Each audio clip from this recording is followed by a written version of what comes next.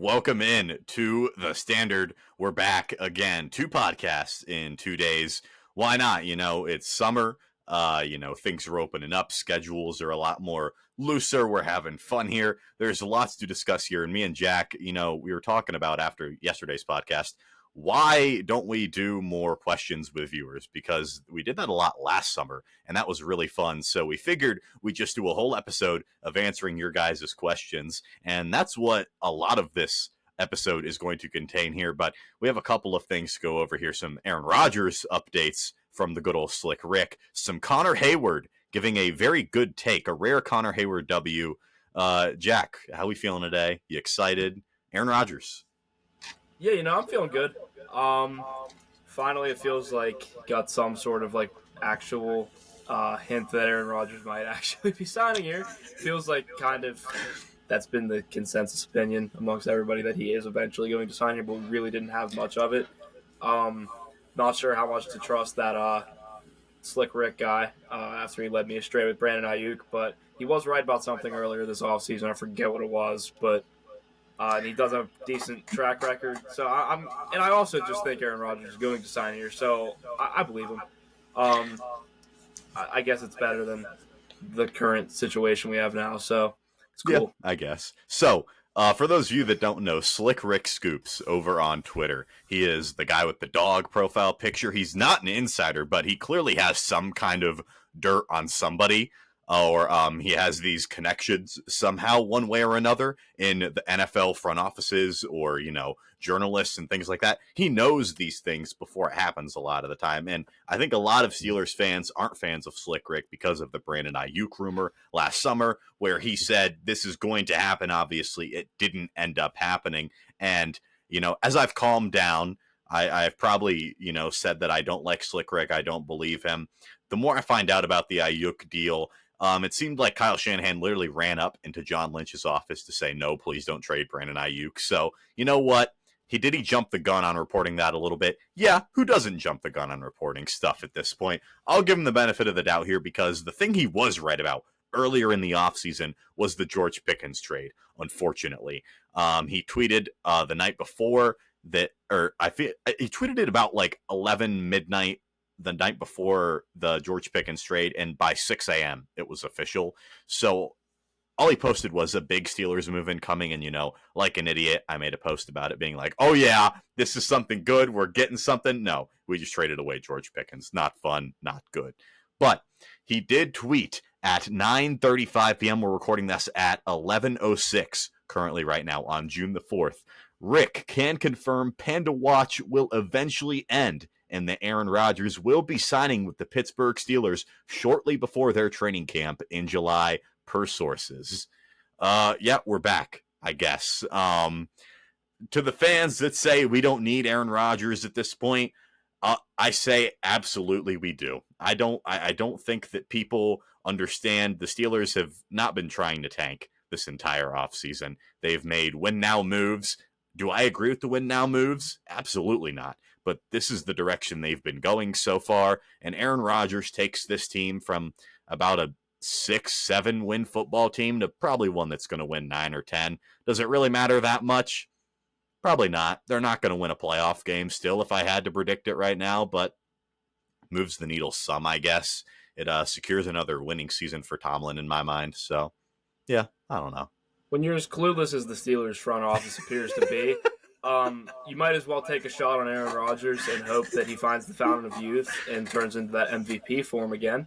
And if that does happen, if Aaron Rodgers magically turns back into a top 10 quarterback, this could be we might win a playoff game, something like that. The problem is Aaron Rodgers is not going to play like a top 10 quarterback, but it's still better than Mason Rudolph or Will Howard. So, a lot would have to fall the Steelers' way for them to win a playoff game. With Aaron Rodgers, entirely possible. I'll say that. Do I think it's going to happen again? No. But it at least brings us into the conversation. Even if we made the playoffs with Mason Rudolph, we're losing by 30. Right. It doesn't matter. Right. Even if, I guess if you're going into Buffalo or Baltimore or Kansas City or wherever the hell we're going to, because that's going to happen, I guess you're a little bit more confident with Aaron Rodgers as your quarterback than you would be with Rudolph, 47-year-old Big Ben. You get the point. Yeah. Maybe not a complete wash there. Yeah. So Aaron Rodgers supposedly signing with the Steelers shortly before their training camp in July. So I'm not sure why that's, the deadline right there. But the Steelers are willing to wait that long to get their quarterback. And you know what? Is what it is. It moves the needle, in my opinion. So we'll move on a little bit. I wanted to talk about this because I thought this was actually really interesting.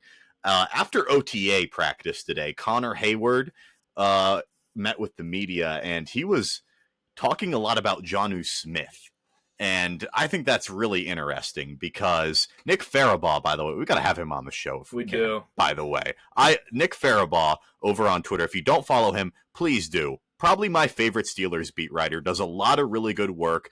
He talked to Jack and I quite a bit when we were at training camp last year. Really good guy and does a lot of great work. But he said this about Connor Heyward, or he posted this quote after practice. We all see it, but let's be honest, it would be complicated having him and Pat, talking about Jonnu, of course. They're kind of the same type of tight end, Heyward said. They've both got to have 100 balls a year thrown their way. You've seen that. We all have produced, me, Darnell, and Pat. If this was to happen, we'd welcome it, but at the same time, we know Pat's our guy right now. How often we're going to go through him, DK, Calvin, and our running backs. Whenever me and Darnell get it, we make the most of it. We know our role. Pat is one of our major guys here, and he's not just here with the Steelers, but in the city. People aren't just saying Muth for no reason. Pat's here. If that was happening, and I don't think it's going to happen, but Pat's here. We have DK. That's like having George and DK. You've got to have one. It'll be interesting. We have a lot of guys that are interchangeable. Jonnu Smith is a hell of a player, though. Pat's a hell of a player. I'm really excited for Darnell and everybody. Year 2 in this offense, and I think everybody's more comfortable. So, in layman's terms, why are the Steelers trading for another tight end? He doesn't know. He doesn't get it. And, it's really hilarious that even the Steelers players are reaching out or, speaking out and being like, what are we doing offensively? We have George and DK, and, clearly even Connor Heyward was like, well, they're kind of the same player. Now he says Jonnu and Pat are kind of the same player, which I guess I agree with him relatively. I don't think that Jonnu does anything that Pat can't do, except Jonnu gets a lot more opportunities funneled to him in a good offensive scheme. I don't know. What do we think of Connor Heyward's comments? This would threaten Connor Heyward's job. Let's say that. I think it would definitely put him in danger of being cut here. Although I agree with old Connor Heyward here, I do find it kind of funny that it's coming from the guy that probably would end up being cut if we were to trade for Jonnu Smith. And he's like, whoa, guys, this doesn't make sense for the team. I don't think we should do this. We've all produced. Even me. Yes, we. Yes, we have produced all 6 of my catches last year. I provide a pivotal role here. I'm staying. Yeah, I think it's funny. I mean, I agree that we shouldn't trade for Jonnu Smith, but I also don't know why Connor Heyward is talking to the media about why it's a bad idea when it's been reported that it might happen. I don't know. Really? Really interesting battle of the wits here. Mike Tomlin's love for nepotism and having players' brothers and family on the team, and Arthur Smith's love for Jonnu Smith. Really a clash of the titans right here, if you will. No pun intended with Arthur Smith being the former head coach of the Titans with Jonnu Smith, actually. But I thought that was really funny that Connor Heyward was actually he got in front of the media and talked about Jonnu Smith specifically. And this goes back to my point where why would he be talking about it if this isn't something that obviously a lot of people in the locker room are talking about? And it seems like, I don't know, guys, I really think the Jonnu trade still happens. I mean, we have players going in front of the media and talking about it, saying that they don't understand it and, whatever, they'll welcome it. But for a guy like Connor Heyward, too, to come out and say it, it's funny, but at the same time, it's also interesting to see that the players have no clue what we're doing on offense just as much as us. So if you think that the players are fully bought into exactly what is happening here, you're clearly wrong, which is its own issue here. But Connor Heyward speaking out. Good for Connor Heyward. Shout out him. Yeah, good for Connor Heyward, I guess. I guess somebody's got to speak out, even if it's coming from the guy conveniently that would be affected the most by the move that would be made. I guess him and Deshaun Elliott have been now the two. Deshaun Elliott never holds back on what he thinks about players the Steelers are linked to. Yeah. I find it quite comical. Don't know if he should be doing it, but I find it hilarious, and I would like him to continue. And you know what? Deshaun Elliott can probably talk about it. He was so good. Really good last year. He was so good. So good. Yeah. He was one of our. He was one of the better defensive players. Top. I mean, Cam, TJ, Deshaun Elliott, Landon Roberts. Landon Roberts. I forgot about him. He might be number one. Dude, Shout out to I'm Landon so Roberts. Sad he's gone. I'm gonna miss him. I'm gonna miss him so much. Out in Vegas now, so good luck to Landon Roberts out in Vegas. That team out in Vegas, I think they're going to be decent this year. Yeah, I don't know when we're going to do our. Improved. I don't know when we're going to do our predictions, but that team in Vegas, man, they're. If I had to, if all right, going off the rosters today, I think they win more games than the Steelers. Rosters today, Steelers sign Aaron Rodgers. We're having a different conversation, but that's the thing. I think it's just because people don't realize that Geno Smith is like actually good. Yeah, and that's gonna make the Raiders better than they should be. Yeah, that Ashton Genty guy, he's also hashtag really good. Right. That Brock Bowers guy, yeah. That offense is gonna be pretty fun. Yeah, you thought he was good with Aiden O'Connell. Wow, Geno Smith that's gonna be a lot of fun. But we'll get into our mailbag here. This is what we're going to do for the remainder of the episode. We both posted on our Instagram stories. Give us some questions about the Steelers, about life to answer here. And Jack, do you want to start? You want to pick a question and go here? I guess I don't know how many we'll answer. We'll see how long it goes. But I have some good ones in particular that I think are going to be a lot of fun to answer here. We were talking about a couple of them before. I'm looking at some ones that just dropped to me. This is. Oh, boy. Okay. All right. You ready? Yeah. First one. Shout out Ben_Kaluza. Thank you for the question. What changes need to happen for us to have a deep playoff run? Well. What's his name? Ben? Ben, do you want me to be completely candid here? To make a deep playoff run, they probably need an elite quarterback. How are they going to get said elite quarterback? They'd probably have to blow it all up. That would probably include getting a new coach, but I'm not saying a deep playoff run can't happen with Mike Tomlin. I'm just saying a playoff win with Mike Tomlin hasn't happened in the last year. My answer to that, simply blow it up.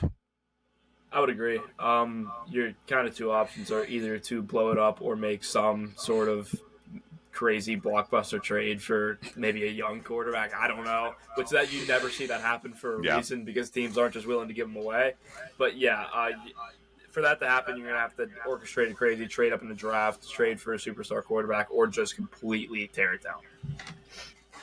Yeah. So I got one here. This is a real humdinger right here. From John.Best. Thank you for the question. Shout out you. What's Will Howard's ceiling?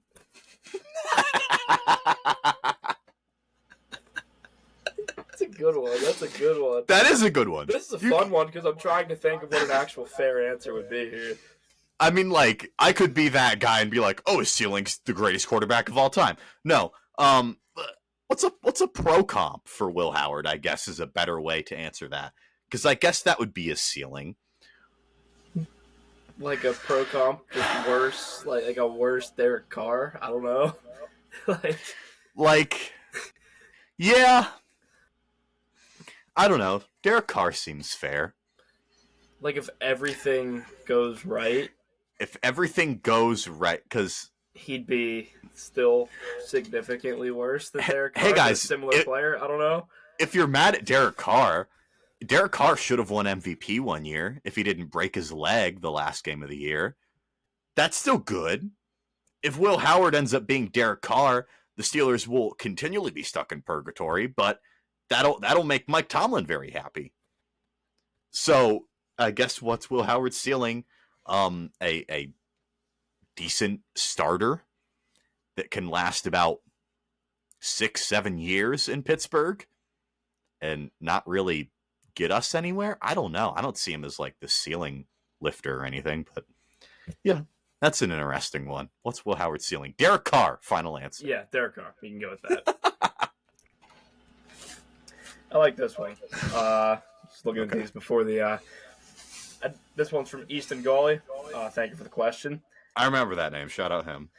I didn't watch a lot of Hawks ball, but I thought DK was regarded as a top 10 to 15 wide receiver. What happened? My answer in short would be there's just a lot of really good receivers. And I think if you were to rank wide receivers, I think you would struggle to find a way to put them in the top 15. I think there was a point in time where DK was like borderline top 10, top 15. I don't think really anything happened other than there's been like younger guys come into the NFL that have just put up unbelievable numbers. Like, I mean, Malik Neighbors, Brian Thomas, obviously, like, they're better players than DK Metcalf probably ever will be at this point in his career. I could be wrong about that, but at the same time, they come in their rookie years and they both have 1,200 yards, and it looks like they're going to be perennial all-pros for your Scott. I don't think really anything happened other than there's been a lot of really good young receiver talent coming to the NFL. Right. It's not a knock on DK. I think DK's a good receiver. It's just, yeah, there's a lot of good receiving talent in the NFL. Yeah. Yeah, like I don't really have anything against DK. I just, like you said, I mean, there's a ton of guys that kind of popped up when we did our episode on our top 30 receivers. I mean, there's a ton of younger guys that fall in that like 12 to 20 range that I just think are at this point just, I mean, maybe a little bit better than DK. I mean, DK can obviously flip that script with one really good season, but I just think at this point they're probably 20 guys better than him. Yeah. Not top 20, but top 25 certainly is, I think where we were yesterday, excuse me. So this one comes from My Skyrim Character Died. I'll give this one to Jack. Best play of Kenny Pickett's Steelers tenure. I'll give this one to Jack. It's crazy. It's probably the game winner against it's one of the game-winning touchdowns. I mean, I'd say in terms of magnitude of the play, I would say the game-winning touchdown throw to Pickens against the Ravens at home, his last year here, just because that put our record to I don't know. We would have fell to not 500. I guess there was still sort of hope for that season, and that play was really fun, and it happened at home too. So I'm gonna give it to that one. I'd say it's a game winner against the Raiders Christmas night. Yeah. Or Christmas Eve, but I totally see the one against the Ravens. That play was awesome. No doubt about it. When George Pickens fell backwards into the ends, I love him. I miss him more than anything. My favorite play of the Kenny Pickett tenure will forever be the deep shot to nobody. Deep shot to the voices. That was the worst game of football I've ever watched with my own two eyes. Dorian Thompson-Robinson and Kenny Pickett battling it out to see who can score less points. They were actively trying to score less points than each other. Dorian Thompson-Robinson probably got Canada fired, so, I mean, shout out. Shout out Dorian Thompson-Robinson, I guess, in a way. So, yeah. That was a fun question. I like that one. Got me reminiscing.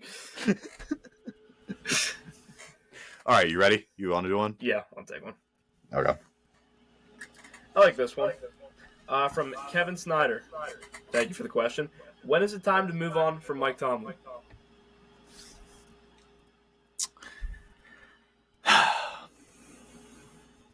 When was it time, or when is it time?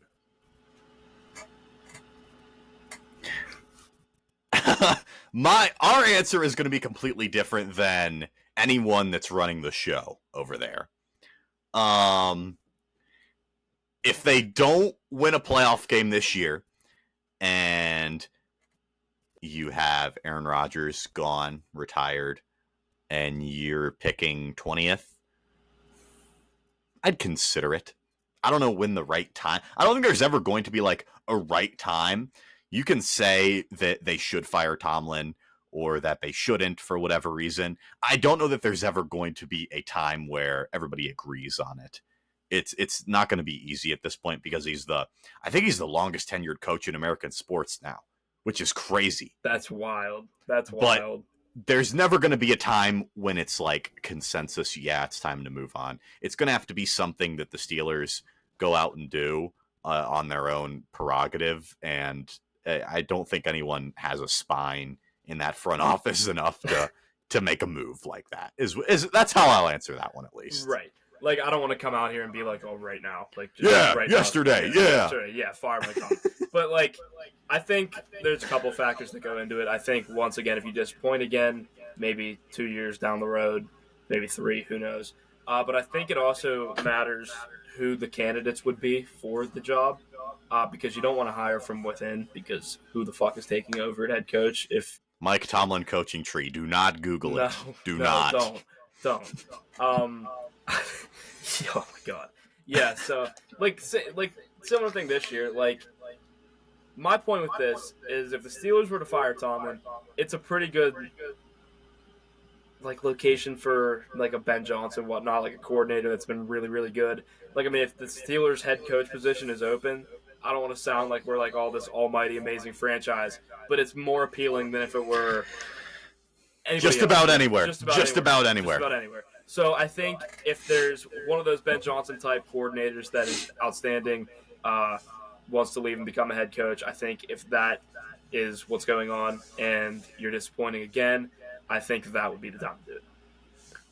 All right. So I have one coming in from Kane Dossier. Shout out you. Shout out for the question. You're always, dude, he's always in the comments. I see him. All right. Favorite moment from last season, something you're looking forward to this season. Favorite moment from last season. I mean, it's got to be when we beat Washington for me. That game was so much fun. The George Pickens acrobat catch at the beginning, Russell Wilson throwing up a bomb to Mike Williams. That Jets game was also a lot of fun, the Sunday Night Football game. I was at that one. George Pickens went crazy, caught a ball off a defender's back, had a touchdown. Van Jefferson, Sheets guy, scored. That was a really fun game. Those are some of my favorite moments from last season. Something I'm looking forward to this season. Well, yesterday I would have told you not much. Today, I'll tell you, I'm excited to see Aaron Rodgers and DK Metcalf, because if you told a football fan 3 years ago that DK Metcalf and Aaron Rodgers would be on the same football team, they'd probably call you crazy. So I'm just interested to see how that dynamic works, because that's a lot of personality to go along with Mike Tomlin and the rest of this team. So I'm excited for DK. I'm excited for Aaron if he signs. I'm not excited to see Mason Rudolph start if he does. I'll say that. Yeah. I would say my favorite moment from last year, it's hard to disagree with the game-winning touchdown against the Commanders. That was awesome. How did we beat that team? On the road too. I got no idea. Absolutely no idea. The Bengals game on the road too, where we dropped like 40-some points, and Russ had like a shit ton of passing yards. It was just so weird. That never happens. But yeah, that was fun too. And then the Jets game where Russ made his first start in prime time, we just lit him up. That was cool. After that, not much. The thing I'm looking forward to, I was going to say DK. Maybe DK and Caleb Johnson, watching them play. Aaron Rodgers too, I guess, just for the dynamic of it. I mean, it's cool. I mean, he's been one of my favorite players to play my entire time growing up watching football. So maybe he's not as old for him, but it's still cool that Aaron Rodgers is going to be a Pittsburgh Steeler, hopefully. I guess that's what I'd be looking forward to. Yeah. All right. You have another, or do you want me to do another? Let's see. Who's a better tight end too? All right. Thank you, Kyle Ochap. Appreciate it. Who's a better tight end too? Jonnu Smith or Darnell Washington? And I think I have an answer for this one. On paper, Jonnu Smith is a better tight end than Darnell Washington, but I would much rather my tight end 2 be Darnell Washington. Because if your tight end 2 is Jonnu Smith, what are we doing? Let me put it like this. I agree with you. I would much rather have Darnell Washington for pennies, really, whatever we're paying him on his rookie contract, the 3rd round rookie contract, than Jonnu Smith for probably $12 million a year, which is probably what he's looking for, because we talked about yesterday what kind of contract we should expect for Jonnu Smith, and I think around $12 million is what we're looking at. on a per year basis. So I'd much rather have Darnell Washington for pennies than Jonnu Smith at $12 million a year. But yeah, Jonnu Smith's no doubt a better player than Darnell Washington. I think there's a question here. I was going to talk about it, but like, so somebody said, why don't we keep Darnell and like actually use him rather than Jonnu Smith? Fair point, but like, I don't think people realize Darnell just like isn't that usable. Like, he's a big body, obviously, but like, there's clearly a reason that we're not throwing him the ball 5 times a game. Like, there's reasons for this, guys. I don't know. They watch him every day in practice. If he was giving the defense problems, it would be something more. He'd have more of a role if there was something there, in my opinion, if that makes sense. Right. Like, Darnell Washington, it's kind of in theory like the perfect tight end. Like, what is he, 6'8", pretty athletic, can jump over dudes. But like you said, they see him in practice every day. I mean, if they saw something, trust me, we'd be seeing him more. But it kind of is what he is. I mean, he's an outstanding blocking tight end, just not super versatile in the pass game, which is why he doesn't run as many routes as people think he should. But yeah, short answer, rather have Darnell Washington on the rookie deal than to trade an actual asset for Jonnu Smith and sign him to a multi-year deal for like a decent amount of money. Yeah. All right. I have 3 more questions I want to do. I don't know if you have a couple more, but I have 3 more, and then we'll wrap it up here. First one, what one of these do I want to do first? We'll do SZ Dills. What would have been your dream off season for this year? Dream off season. I mean, again, don't want to be that guy. If you're talking about dream off season, all right, we're trading for Patrick Mahomes, we're getting other, but like, we'll talk realistic. I'll play along here. Blow it up. As much as I like Aaron Rodgers, and you know, DK's fine, I'd probably just go full reset at this point. Get fresh guys, suck for a year, 2 maybe, build up some, offense, reset on defense. That'd be fun, I think. I don't know. That may be a lame answer. I'll say I'll kind of take the opposite route, like saying if we want to compete, I think the dream off season should have been. If what was Geno Smith traded for? Was it a 3rd round pick? That's good. That's a good point. If you think you can compete, Geno Smith, in my opinion, is like a top 14, 15 quarterback in the NFL. Yep. That's good enough to compete. I mean, you see, how is Geno Smith worse than Jalen Hurts by that much? I don't think he is. No. Right. I would have absolutely been knocking down the fucking door, offering a 3rd round pick for Geno Smith. But again, that would have been a nice option. Even Sam Darnold would have been a better option than what we got going on right now. But yeah, dream offseason would have been, I suppose, trade for Geno Smith, continue to build up the roster a little bit, hit free agency a little bit harder than we did. Still would have liked the DK move more if we had an actual quarterback. I mean, I guess Aaron Rodgers is an actual quarterback, but he's not an actual answer at quarterback. But Geno Smith, DK Metcalf, build up the rest of the roster a little bit more.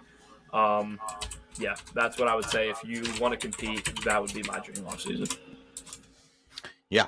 So, actually, I have another one here. This one says, how much will WVU beat Pitt by? Jack and I were talking about this. Jack, is having a little go around with Red Cup WVU on Twitter because they don't understand how the backyard brawl last year went.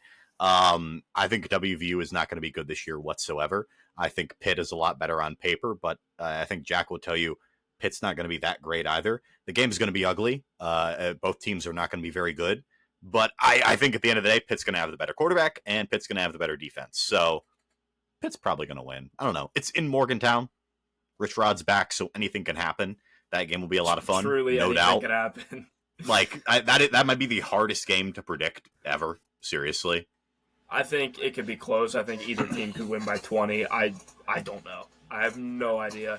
I would assume WVU might be favored in that game because they're at home. I don't think they're much better than Pitt. I don't think Pitt's much better than WVU. It's going to be an absolute shame to the name of the Backyard Brawl, I would think. Even worse than it was 2 years ago when Phil Dracovic played in Morgantown. That was really fun. For those Shout out Phil Dracovic. Watching interceptions being thrown. But it should be an interesting game. I don't think I'll be a homer and say I guess I'll predict Pitt to win, but not extremely confident in that. All right. This one comes in from Jack.Parf. Thanks for the question. This is a really cool one here. What one player no higher than 90 overall in any Madden? Wait, this one's a little bit more difficult. What one player never higher than 90 overall in any Madden would be best on our current team? That's a great question. This is a great question. An added degree of difficulty, never higher than a 90 on any Madden. That is hard to think of. I've pulled up Madden ratings here. I'll actually share my screen right here if I can. Sweet, yeah, do that. All right, we will do Madden ratings here. So, as you can see, 89 overall. First of all, why is Alex Highsmith 89 overall? Don't ask me what I think about that. That's crazy. Does that say Darius Slay is an 89? Yeah, that's kind of crazy too, isn't it? Drake London, 89 overall. He's definitely never, but we have to think of guys that have never been higher than a 90 overall. We're kind of guessing Thomas. Here. Like, I feel like that's kind of a cheap answer, though, going with a rookie, right? I assume Malik Neighbors is also lower than 90. Who is the, highest rated, 88 overall quarterback, I guess. Yeah, that's where we're going to look.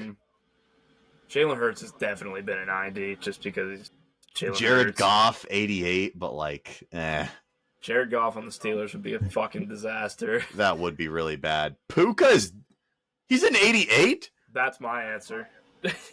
Yeah. What are we doing? Has he never been a 90? He should be like a 97. Madden ratings are so bad consistently. Guys, I have a fucking PSA for anybody out there that goes on Twitter and bitches about Madden ratings. Stop, because it just gives them more and more engagement. They do it. I honestly think they do it on purpose, and they make them shit. They drop, when they drop their position rankings, top 10 at each position, there's always, two that you're just what in the absolute shit? And I think they do it on purpose. So don't go around complaining about Madden ratings. I think it's intentional. Anyway. Brock Purdy's an 86. Evan Ingram's an 86. I mean, who are we joking there? Brian O'Neill, H2P. Oh, my goodness. Garrett Wilson's an 86? Yeah. JSN's an 86. Justin Herbert's an 86. All right, he's been higher than a 90, though, right? I'm going to say I don't think he has. Yeah, no, that would be all right, well, then my answer is Justin Herbert. Justin Herbert. Man. Guys, we really are going to be the all-if team. Yeah. Justin Herbert is the answer. If not, Puka Nacua. Yeah. That's crazy. Yeah. That's actually unbelievable. Great question there. That was a good question. Who was that? Shout out Jack.Parf. Wonderful question. I have another one here. This will be my final one. I don't know if you have one more that you want to talk about. From Matthew Turak _. He's always in the comments. Favorite line of Gordon Lightfoot's classic, The Wreck of the Edmund Fitzgerald. Guys, I think about The Wreck of the Edmund Fitzgerald every day of my life. If you don't know what The Wreck of the Edmund Fitzgerald, it is one of the greatest tragedies of our lifetime, where a freighter ship sank in Lake Superior, Lake Gitchagumi. Gordon Lightfoot sang about it. R.I.P. Gordon Lightfoot. R.I.P. to the 29 men and women who died on the wreck of the Edmund Fitzgerald. And the honorary 30th, of course, Gordon Lightfoot. My favorite line from the song, though, I will have to say, when I don't know what instrument it is, but it's the and then it's 7 p.m. The main hatchway gave in. He said, fellas, it's been good to know ya. That's the best. That's the best part of the song, undoubtedly, in my mind. I have a hard time disagreeing with that. I definitely do. That's a great one. Maybe for me, I'll say the captain wired in. He had water coming in, and the good shipping crew was in peril. The next line's like something about the lights going out of sight. It's like King, the wreck of the Edmund Fitzgerald. Yes, Man, yes. Dude, it hits hard. It's really sad. I mean, the wreck of the Edmund Fitzgerald, I think about it daily. I mean, I could sing that entire song bar for bar. Does anyone know where the love of God goes when the waves turn the minutes to hours? I mean, they were seeing 45-foot wave. Guys, it's so sad.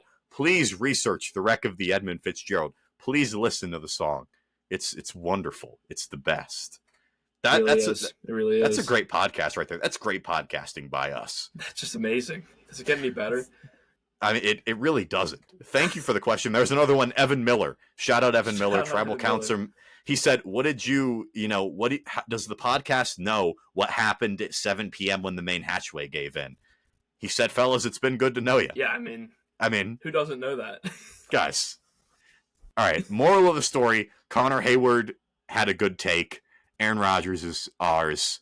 Good questions by the guys. Listen to the wreck of the Edmund Fitzgerald. That's a good podcast right there, guys. There you go. Thank you, everyone, for listening.